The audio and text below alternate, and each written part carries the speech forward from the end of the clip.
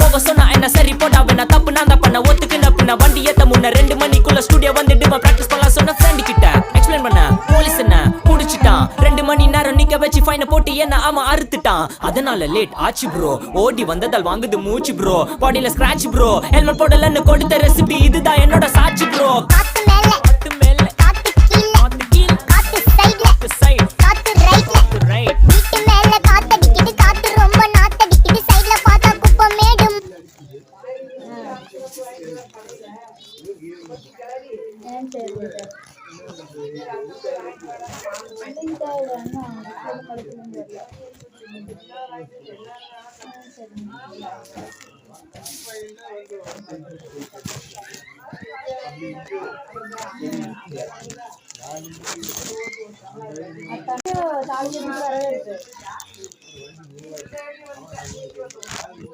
அதுவும் நைட்டு முடிச்சு காலையில இருக்குது